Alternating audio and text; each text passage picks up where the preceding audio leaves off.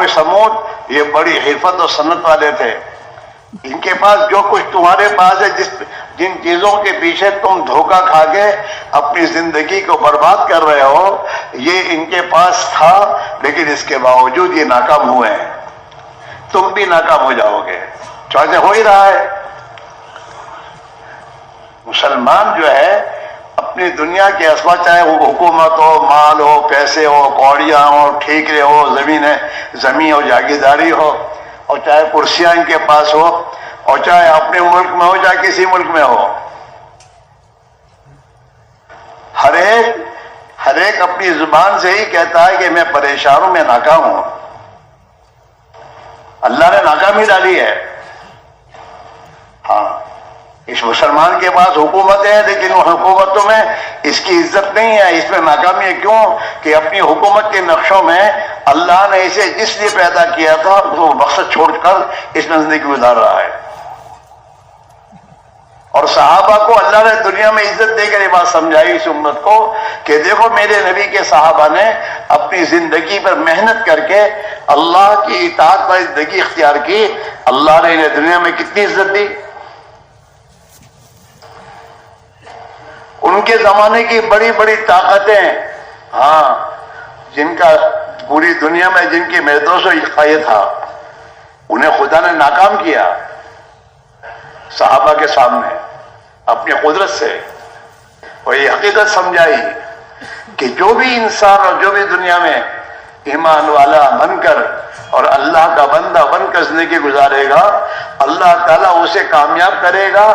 اور جو بھی اللہ کی اطاعت کو چھوڑے گا، چاہے حکومت ہو اس کے پاس ہو، چاہے وزارت اس کے پاس ہو، اور چاہے دنیا میں بڑی بڑی منڈیاں ان کے ہاتھ میں ہو، جیسے اللہ نے ان کو ناکام کیا ہے تمہیں بھی ناکام کیا جائے گا. اس لیے قرآن پاک میں اللہ نے اس امت کو کہا ہے لَقَدْ كَانَ فِي قَصَصِهِمْ عِبْرَةٌ لِأُولِي الْأَلْبَابِ. یہ جو تمہارے سامنے ہم قرآن پاک میں پچھلی قوموں کے واقعات جو بیان کر رہے ہیں، یہ تمہاری عبرت کے لیے ہے کہ اس سے عبرت دو. اور تمہیں جو اللہ نے جس شعبے میں پیدا کیا ہے اس شعبے میں اس بات کی کوشش کرو کہ تم اللہ کی اطاعت والی زندگی اختیار کر کے کامیاب ہو جاؤ، ورنہ تمہارا بھی انجام یہی ہوگا جو ان کا ہے، ہو رہا ہے.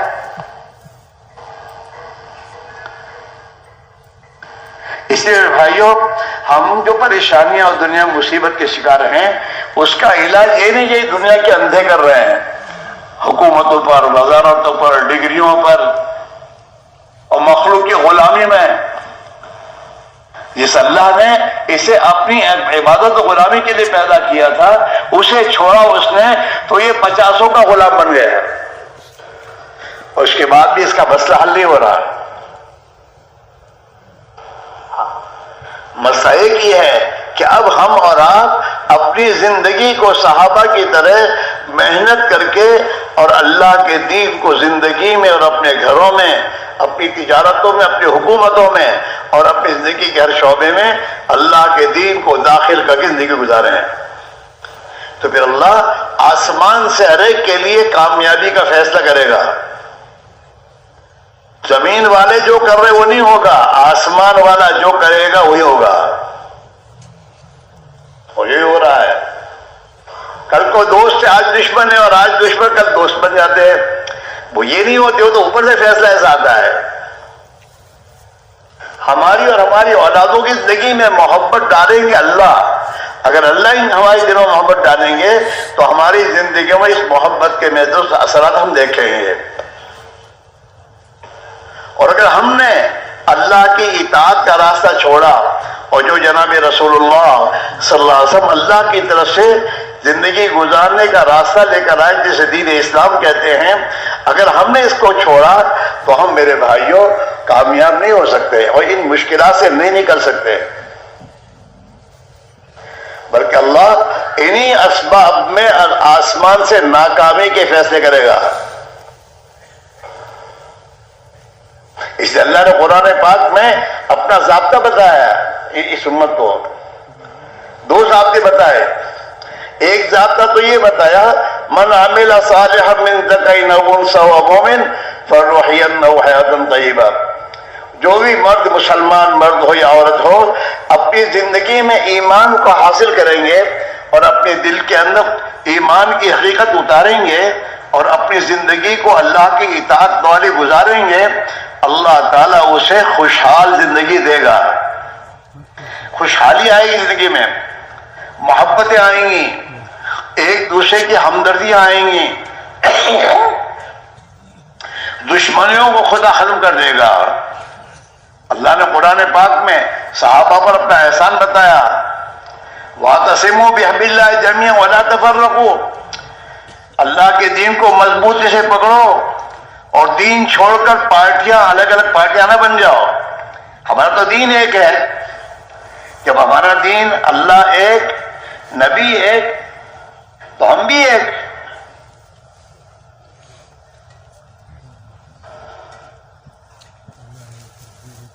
اقبال مرحوم نے اسی کو کہا ہے اس امت کے اندر، شورے ہو گئے دنیا سے مسلمان نابود. کہ دنیا میں یہ تمام چرچے چل رہے ہیں، مسلمان برباد ہو گیا، ختم ہو گیا، نابود ہو گیا. ہم یہ کہتے ہیں کہ تھے بھی کہیں مسلم موجود. یہ جو آج کل دنیا میں نظر آ رہے ہیں یہ مسلمان ہے کیا؟ اور یہ جو برباد ہو رہے ہیں وہ مسلمان تھے کیا؟ ہم یہ کہتے ہیں کہ تھے بھی کہیں مسلم موجود. یہ جو حالات سے دو چار ہو کا پتہ نہیں کہاں سے کہاں جانا پڑتا، کہاں سے کہاں برباد ہو رہے ہیں. شورے ہو گئے دنیا سے مسلمان نابود. ہم یہ کہتے ہیں کہ تھے بھی کہیں مسلم موجود. وَذَا مُوتُّ نَصَارَىٰ تو تمدن میں ہنود. تمہاری زندگی اور تمہارا معاشرت اور کلچر تو عیسائیوں کا ہے، نصارہ کا ہے. تمہارا لباس، تمہارا چہرہ مورا، تمہاری زندگی میں تمہاری شادیاں اور بیاہ اور جتنے اعمال تمہارے ہیں وہ تو حضور والے نہیں ہیں، نصارہ والے ہیں. اور تمہارے عقیدے اور تمہاری دل کا یقین وہ ہے جو یہودیوں کے پاس ہے. یہودیوں کا یقین کیا؟ مال پیسے سے کام بنے گا، اسی پر وہ محنت کر رہے ہیں دنیا میں. اور اسی مال اور دنیا کی خاطر انہوں نے نبیوں کو قتل کیا ہے. یہودیوں نے بات نہیں مانی نبیوں کی، اور اللہ نے انہیں ایسا ذلیل کیا کہ وہ ذلت سے نہیں نکل سکے. وَزَعَمْتُمْ نَصَارَىٰ کہ تمہارے چہرے مہرے، تمہارے معاشرت، تمہارا کلچر یہ تو نصارہ والا ہے. شاید یہی ہو رہا ہے. وہ جو فیشن بنا کر دیتے ہیں مسلمان کا بچہ خوشی سے لے رہا ہے اور سنت، نبی کی سنت کو چھوڑ رہا ہے. وَزَعَمْتُمْ نَصَارَىٰ تو تمدن میں ہنود. عقیدہ اندر کا یقین تمہارا یہودیوں کا ہے. یہ مسلمان ہے جنہیں دیکھ کے شرمائے ہنود. ہنود والا نے مشرکین والا تو کلچر ہے، اور تمہیں دیکھ کر کہ یہ تو کچھ ہے، کلچر کچھ ہے، اس کا فکر سوچ کچھ ہے. یہ ہے کون؟ یہ مسلمان ہے جنہیں دیکھ کے شرمائے یہود. یہ مسلمان وہ ہیں جن کو یہودی جب دیکھتا ہے تو شرماتا ہے کہ یہ مسلمان کیسا مسلمان ہے، اس کا کلچر کچھ ہے، اس کا دل کا یقین مشرکین جیسا ہے. یہ ہوگا یوں ہوگا، یہ ہوگا یہ ہوگا، وہ پھونک مارے گا تو کام ہوگا اور یہ وہ نہیں مارے گا. یہ تمام عقیدے جو چل رہے ہیں میرے دوستو، یہ ایمان کے خلاف کے عقیدے ہیں.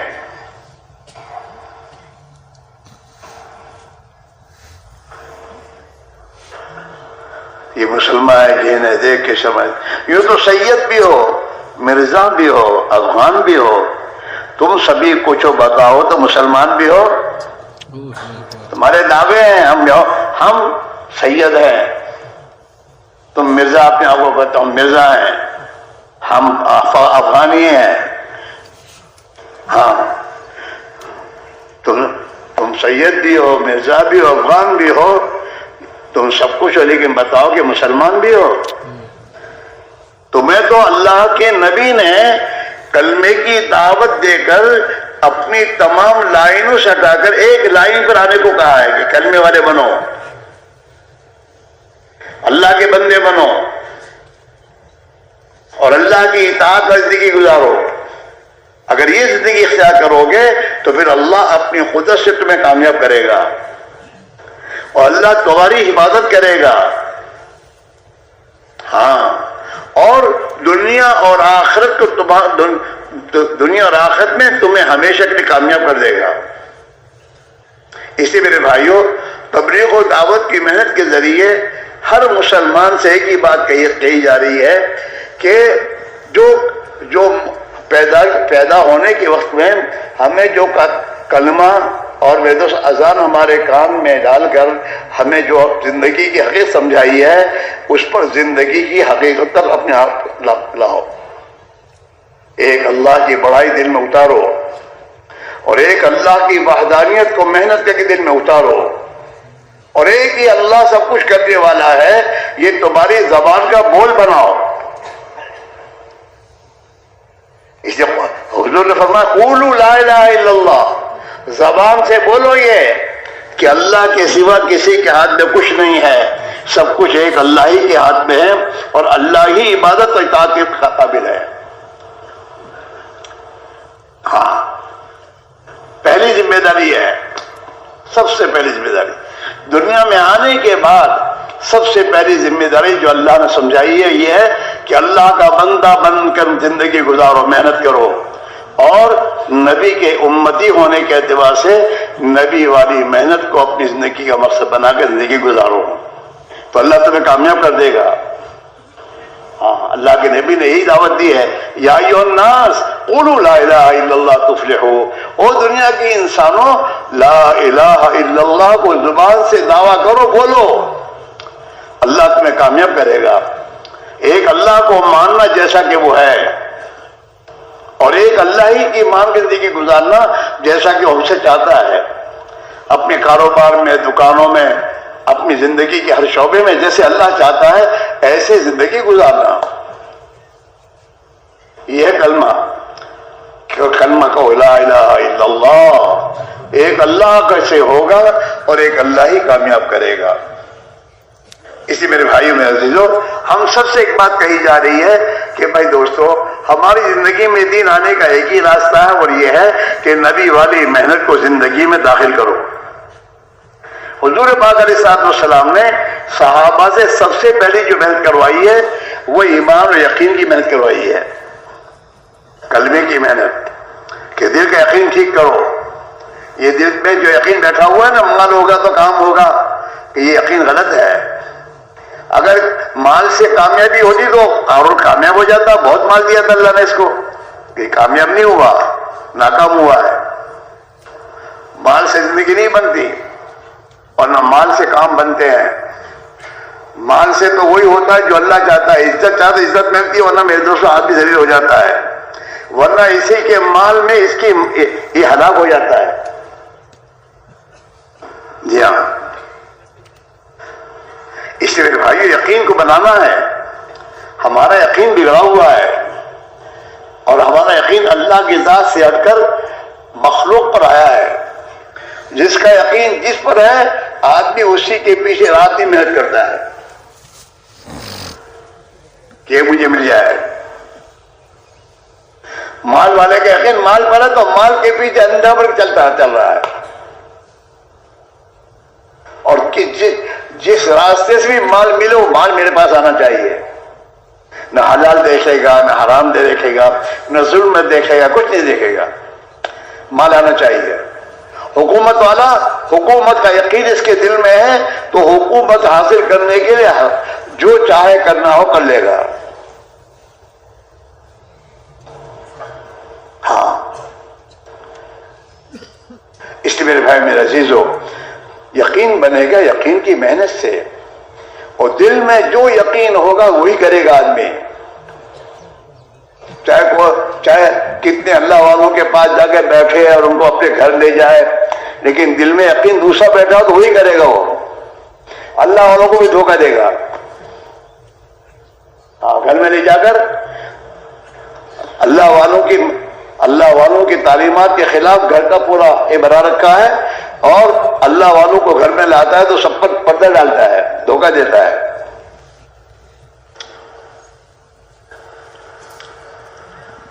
اس لیے میرے بھائی میرے عزیزو، محنت کرنے سے دین آئے گا۔ ایمان میں سب سے پہلے ایمان ہے، جتنا ایمان دل میں قوی مضبوط ہوگا اور دل میں جتنا خوف خدا آئے گا اور دل میں جتنا اللہ کی قدرت پر یقین آئے گا آدمی کی زندگی کا قدم وہی چلے گا، اللہ کی اطاعت زندگی میں آئے گی۔